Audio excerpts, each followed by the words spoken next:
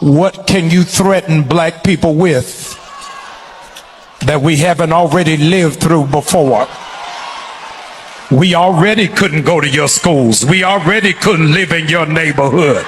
We already couldn't shop in your store. We already had to sit in the back of the bus. We already filled out your jail.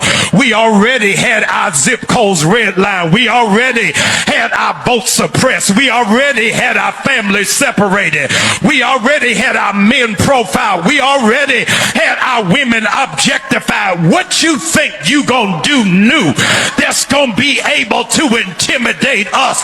Black people got soundtrack music. Yea, though we walk through the valley of the shadow of death, we will fear no evil.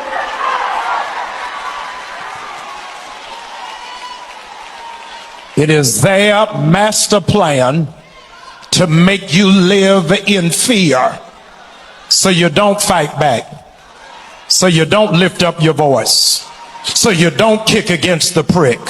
Fear is the only weapon that white supremacy has. For over 400 years, black people in America have carried the weight of injustice, from chains to cages, from segregation to systemic racism.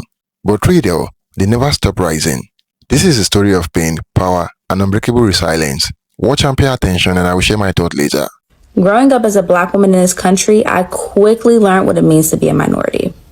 And not just in numbers, but in opportunities and understanding. And this election was just a reminder of how far we really still have to go. But if there's one thing that I learned, is that resilience isn't just about surviving. It's about thriving despite the odds. I've learned to embrace my voice, even when it feels like no one's listening. I've learned to create my own opportunities and build a table when there wasn't a seat for me. And I've learned the power of community, because we're stronger together than we are alone. I know so many of you feel this too. Whether you're grieving the election or just trying to make it through another day, I see you. And you're not alone in this. Together we can find strength, healing, and a way forward. What's one lesson that life has taught you about resilience? They be like, black people, what are you gonna do when he comes for you? Don't you know that you're next? And we be like, actually, we were first. We are living in dark times. What are you gonna do? What we always done. Take scraps and make chicken wings. They give us pig intestines, we make them into chitlins. We took corn and made cornbread. We took peanuts and made butter. We sang through the darkness. We made genre after genre after genre of music. Everything we touch is hot. Everything we touch turns into gold. We literally built it from the ground up. And here we are, still standing. Hey y'all, did y'all know that only a president can inflict martial law? But he needs just cause to do that. But did you also know that only he can take martial law off the table? So that means he can keep martial law on for as long as he see fit. So in 2 years, when we want to vote these spineless ass congressmen out of office and put people in there that'll stand up to him, that's if he lasts 2 years, that he can still say we under martial law. And during martial law, there's no elections going on. You can't do elections during martial law. So he's trying to bait black people to go out there and do violence and protest so he can say, oh, martial law. So it won't be no elections. Then that motherfucker can stay in there forever. In 4 years, he can say, oh, we still under martial law. That's what he's trying to do. So I'm going to keep putting videos out there and say, black people, stay in the house. The system been doing us wrong for so fucking long, and now the system needs us for violence. It needs our attitude. It needs our violence. It needs us to get angry. So they trying to release people that they know will make us angry. So just stay angry and just stay sitting. Because by doing nothing, we're disrupting this natural flow of America. America is being disrupted. Because without black people doing what we do best, the system is breaking down. And not to mention Trump breaking down the system by his damn self. But it needs us. So we ain't gonna give him what he wants. Release them all. That's all I say.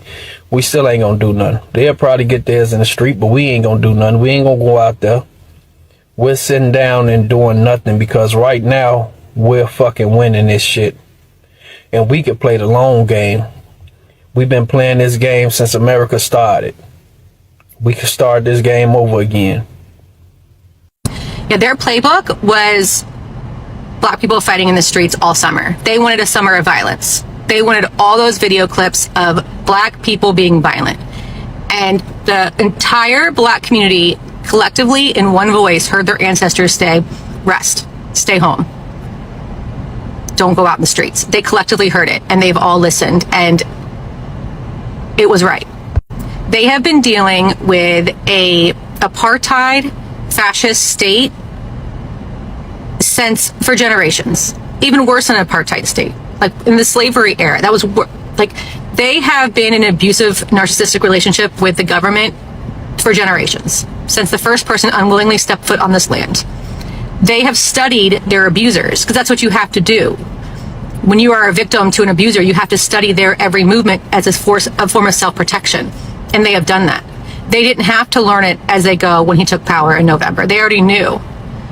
What do you do when your abuser all of a sudden you hear him walking on the hallway and his footsteps are a little bit off? His breathing's a little bit off. You hide. You go and you hide in your closet. You go out the window and run. You get somewhere safe. They have gone somewhere safe. They are not resting. Is not passive. That is not passive protest. That is active protest, and it is working more than anything else that has been being done. It is more effective than I can think of anything else that is being done right now. Resting to me means staying home, saving your money, not spending your money at corporate stores, not buying local, shopping at local stores, going to local restaurants, supporting local businesses, building community, saving your dollars. We brought down Target, and that was 100% led by black people, by the black community, 100%. We made Disney come to their knees with just money in a weekend. Like, that is where it hits them where they hurt. We do not need people in the streets being violent. If you feel the call to be out there marching, go march. Do what you feel called to do, but that's not what I'm talking about. I'm talking about they wanted summer of 2020 visuals, and they didn't get it. Summer's over. They never got those visuals. I guarantee they have some strategy book and they're like, summer of violence, martial law, we can bring troops in everywhere. Every time they bring troops in somewhere that is shown to be peaceful, people wake up. Every time somebody wakes up. It's a snowball. So people that are resting are literally doing the most right now. So thank you for everyone that engaged with that post and are commenting on it. Those comments are literally like, I'm glad I've introduced some people to the term gray rocking. I'm glad I've put words to what people have been feeling, and that people in the black community are validating that, like, finally a white lady gets it. Because that literally makes me emotional. Nothing makes me more emotional than getting validation from, especially a black woman. If you come in my comments and say, you get it, I get emotional every time. So thank you for that. Because you all know, nobody knows most besides, like, the smartest, most aware people in the world are black women, and you will never change my mind on that. Because they have to be, and they are. So thank you for validating my last post, because that's how I've been feeling about it ever since I first saw people saying, we're sitting this one out. That has meant a lot. Like, that moved me a lot. We must never forget that economics was the reason that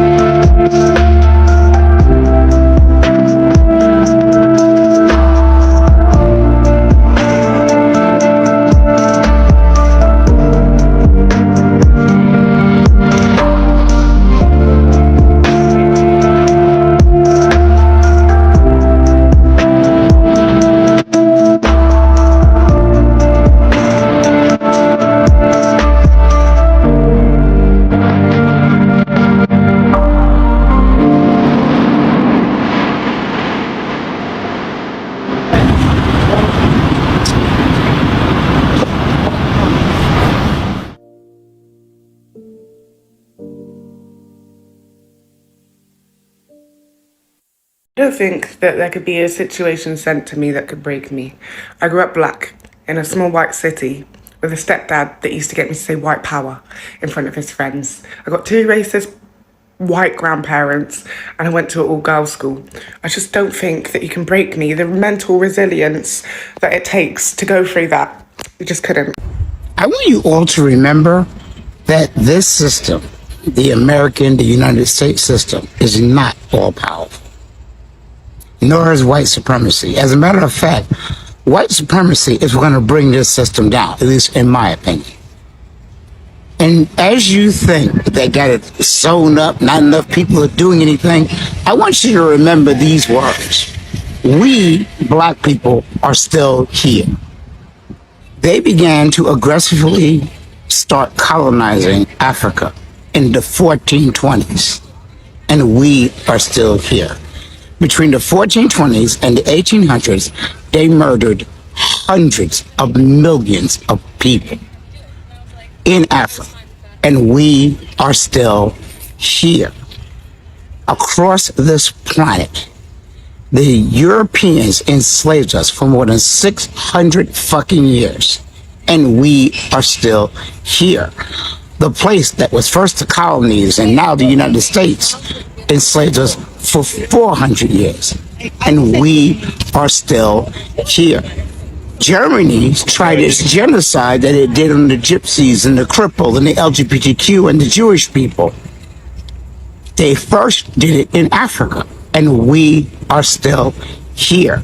In this country alone, we went through Jim Crow, segregation. And the problem when people say segregation, they seem to think, oh, it was just a separate but equal thing. No, it was violent, it was chaotic, and we are still here.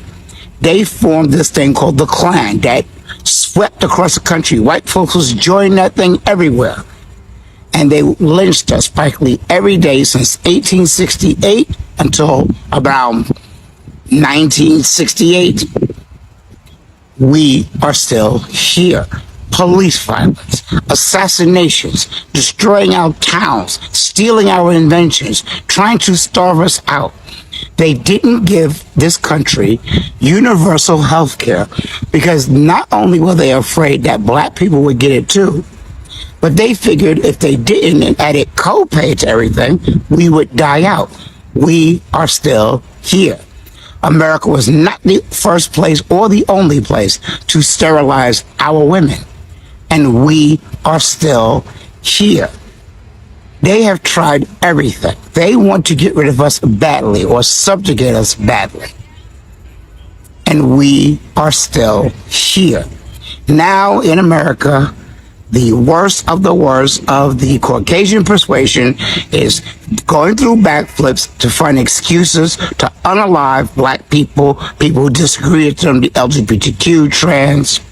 But to black people, I'm not saying that trans, LGBTQ, the rest of them are not resilient, but I think we're going to survive them. First off, the truth of the matter is, I'm not looking for white allies, but I do realize that not enough white people agree with their agenda.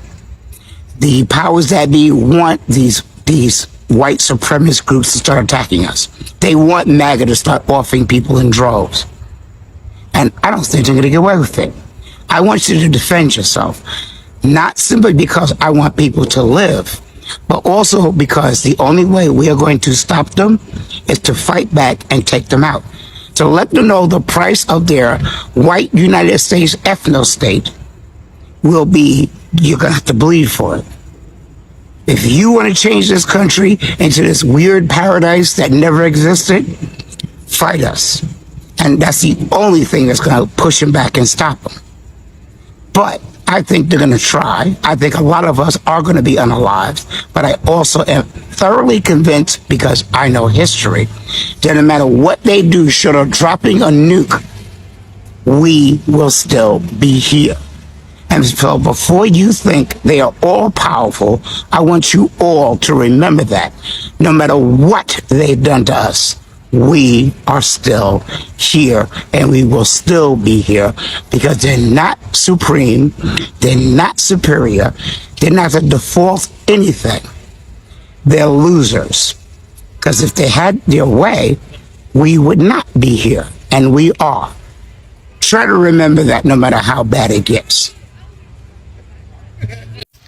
Hey family, I'm still thinking about the executive order Trump wants to sign to sanitize Black history. It makes you question, why Black history?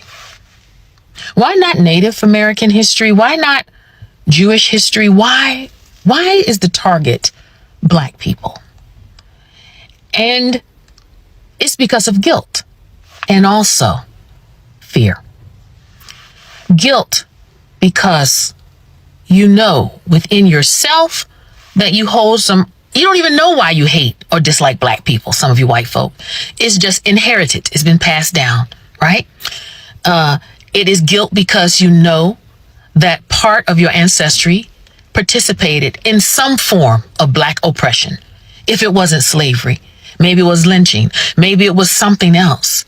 Maybe it was racist practices on the workplace, or redlining, or even lending when it came to mortgages. But there's a guilt there. Secondly, there's a fear. Fear, not that Black people are going to harm you, but fear because you know that we are amazing, resilient people. You can't figure us out. That's the key. White folk, you cannot figure us out. You sit up late at night thinking, how is it that these people still endured? When we enslaved them, they fought to be free. When we wouldn't educate them at our universities, they started their own universities. When we wouldn't allow them to be doctors, they started their own medical schools and got education. And excelled in far than your own white folk. But yet, we don't stop. You wouldn't sell us homes or properties, but we still kept, and now we own homes. Hell, now some of us even own our own real estate firms. You can't keep us down. That's what you fear. You fear Black resilience. Why am I a Black conservative? We never get asked this question. All we get is being threatened, bullied, and insulted for being a Black conservative. But I'm going to tell you why. It's because I was inspired to be, because of history. And when I say history, I'm talking about his story, my great-grandfather's story. When I was young or so, just like every other kid, we went to go stay with our grandparents, which was my great aunt and my great uncle at the time, but they were just like grandparents to me. Well, her father, which was my great grandfather, lived there. And every day I would ask him to play a game of checkers because I was persistent in trying to beat him, in which I never did. One particular day, I asked my great grandfather, was he a slave? I guess I caught him off guard because he sat back and he looked at me and he asked me, why did I ask him that? And I said, because you're old. And at that time, in my young little mind, it was taught to us that every Black person in America was a slave. He looked at me, he made his move in checkers, and he answered me with, no, he was not a slave. Then he began to tell me his story, history. So born in 1889 in the deep South Texas, his parents were tenant farmers, what we call sharecroppers. But see, my great grandfather's decision to seek more out of life changed the trajectory of our family's history today.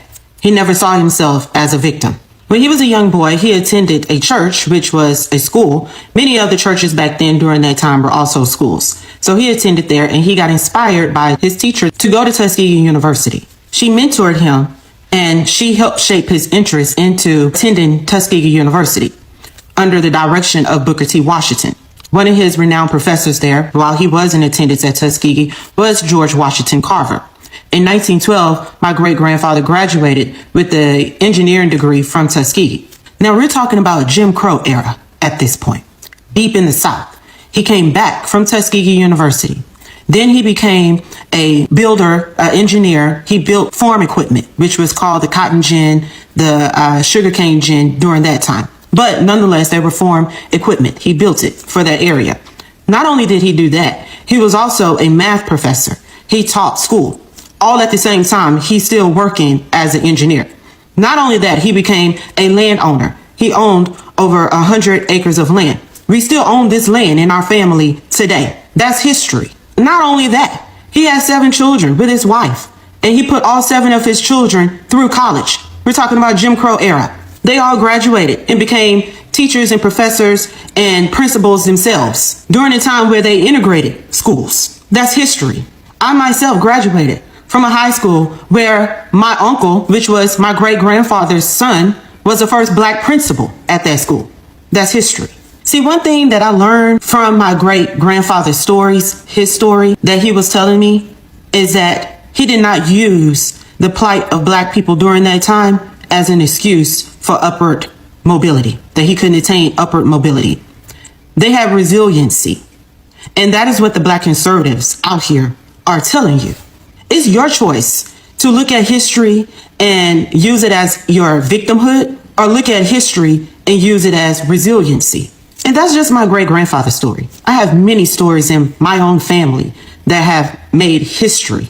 But nonetheless, because I don't want this video to be long, I do want black conservatives to start a trend in telling their family's history. It used to be a time where we had family reunions and we will learn each of our own family's history. Because my history of my great-grandfathers isn't the only one. There are many black families still existing today that owns land from hundreds of years ago, still existing today, that has the same story. You started on the shores of Africa, millions stolen from their homelands, packed into ships, stripped of their names, languages, and freedom. In America, they were enslaved, treated as property, not people. Families torn apart, bodies broken. But even in bondage, the spirit of black man and woman refused to die. They sang songs of freedom, they built the nation that oppressed them, they prayed, hoped, and dreamed, knowing one day their descendants would rise. When slavery ended, the struggle did not. They called it freedom, but freedom came with new chains, Jim Crow laws, lynchings, and segregation. Black people were denied jobs, homes, education, and the right to vote. Every system was designed to remind them, you do not belong here. But they fought back, through resistance, through art, through brilliance. From Rosa Parks' quiet defiance to Malcolm X's fire, from Martin Luther King's dream to the Black Panthers' courage, they turned oppression into organization and pain into power. Today, racism has new faces: mass incarceration, police brutality, economic inequality, and media stereotypes that still try to define the black identity. A system that fears the strength of black excellence continues to find new ways to suppress them. Yet, despite it all, black people keep creating, leading, innovating, and inspiring the world. From science to sports, music to politics, the black communities continues to shine, proving that resilience runs deeper than pain. Resilience is when you survive what was meant to destroy you, and still smile, still build, still love. It is the grandmother who raises her children through poverty, the young black man who turns his struggle into success. The black woman carries generations on her shoulders and still finds time to uplift others. It is the artists, thinker, and leaders who remind the world that black is not a weakness, it is a miracle. The resistance of black people is not just survival, it is transformation. They turn pain into poetry, slavery into strength, and oppression into opportunity. America owes its greatness to the very people it tried to break. The black struggle built the road was the culture, the rhythm of the land. But it is time for America to do more than just celebrate black culture. It is time to respect black lives, because no matter how heavy the oppression, the black spirit has never surrendered, and it never will. The story of the black man and woman in America is not just a story of struggle, it is a story of victory. Through centuries of pain, they rose. Through hate, they loved. Through injustice, they built a legacy that cannot be erased.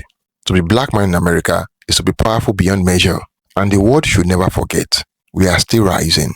Thank you for watching, guys. Don't forget to like this video and share your thoughts in the comment box below. Until next time, cheers and have a good one.